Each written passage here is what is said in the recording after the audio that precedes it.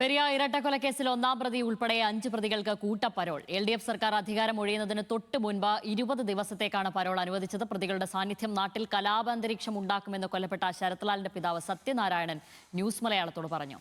Parole ചട്ടപ്രകാരമാണെന്ന വിശദീകരണം ഉണ്ടെങ്കിലും വിഷയം വലിയ രാഷ്ട്രീയ വിവാദമായേക്കും. പെരിയ ഇരട്ടക്കൊലപാതക കേസിലെ ഒന്നാം പ്രതി പീതാംബരൻ, 4ാം പ്രതി അനിൽ, 5ാം പ്രതി വിജിൻ, 6ാം പ്രതി അശ്വൻ, 15ാം പ്രതി വിഷ്ണു സുര എന്നിവർക്കാണ് പരോൾ അനുവദിച്ചത്. ഇടതുമുന്നണി ഭരണം അവസാനിക്കും മുമ്പ് 20 ദിവസത്തേക്കാണ് പരോൾ നൽകിയത്. പരോൾ ലഭിച്ചവരെല്ലാം കാസർഗോഡുള്ള സ്വന്തം വീടുകളിലെത്തി. 1ാം പ്രതി പീതാംബരനും 5ാം പ്രതി വിജിനും ഇത് 3ാം തവണയാണ് പരോൾ ലഭിക്കുന്നത്. പ്രതികൾ പരോൾ ലഭിച്ച് നാട്ടിലെത്തിയത് ആശങ്ക ഉണ്ടാക്കുന്നുണ്ടെന്ന് കൊല്ലപ്പെട്ട ശരത്ലാലിന്റെ പിതാവ് സത്യനാരായണൻ ന്യൂസ് മലയാളത്തോട് പറഞ്ഞു.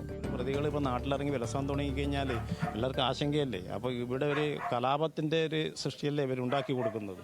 അപ്പോൾ അതിനെതിരെ ശക്തമായി ഒരു പോരാടും. അതുപോലെ സർക്കാരിനൊക്കെ വേണ്ടുന്ന രീതിക്കുള്ള ഒരു നിർദ്ദേശം കൊടുക്കാനുള്ള ഒരു സംവിധാനം നമ്മൾ ഏർപ്പാട് ചെയ്യും. 2019 ഫെബ്രുവരി 17-നാണ് കാസർഗോഡ് പെരിയയിലുള്ള കല്ല്യോട്ട് വെച്ച യൂത്ത് കോൺഗ്രസ് പ്രവർത്തകരായ കൃപേഷിനെയും ശരത്ലാലിനെയും CPIM പ്രവർത്തകർ കൊലപ്പെടുത്തിയത്. ലോക്കൽ പോലീസ് അന്വേഷിച്ച കേസ് ക്രൈംബ്രാഞ്ച് ഏറ്റെടുത്തെങ്കിലും കുടുംബത്തിന്റെ ആവശ്യപ്രകാരം CBIക്ക് കൈമാറുകയായിരുന്നു.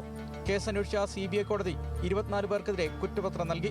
14 പേരെ ശിക്ഷിച്ച കോടതി 10 പേരെ വെറുതെ വിട്ടു. ശിക്ഷിക്കപ്പെട്ടവരിൽ മുൻ MLA KV കുഞ്ഞിരാമൻ അടക്കം 4 പേർ ഇപ്പോൾ ജാമ്യത്തിലാണ്. കേസിലെ പ്രതികളെല്ലാം CPM പ്രവർത്തകരായതുകൊണ്ട് തന്നെ കേസ് പാർട്ടിയെ രാഷ്ട്രീയമായി പ്രതിരോധത്തിലാക്കിയിരുന്നു. കൂട്ടപ്പരോൾ വരും ദിവസങ്ങളിൽ വലിയ രാഷ്ട്രീയ വിവാദം ആകാനാണ് സാധ്യത. പ്രത്യേകിച്ച് UDF സർക്കാർ അധികാരത്തിൽ വന്ന സാഹചര്യത്തിൽ സംഘർഷ സാധ്യത പരിഗണിച്ച് പെരിയയിലും പരിസര പ്രദേശങ്ങളിലും വൻ പോലീസ് സന്നാഹമാണ് നിലയുറപ്പിച്ചിരിക്കുന്നത്. പ്രതികൾക്ക് പരോൾ അനുവദിച്ചാൽ ക്രമസമാധാന പ്രശ്നമുണ്ടാകുന്ന ബേക്കൽ പോലീസിന്റെ റിപ്പോർട്ട് തള്ളിയാണ് ജയിൽ ഉപദേശക സമിതി ഇത്തരത്തിൽ ഒരു പരോൾ അനുവദിച്ചെന്നാണ് ആക്ഷേപമുയരുന്നത്.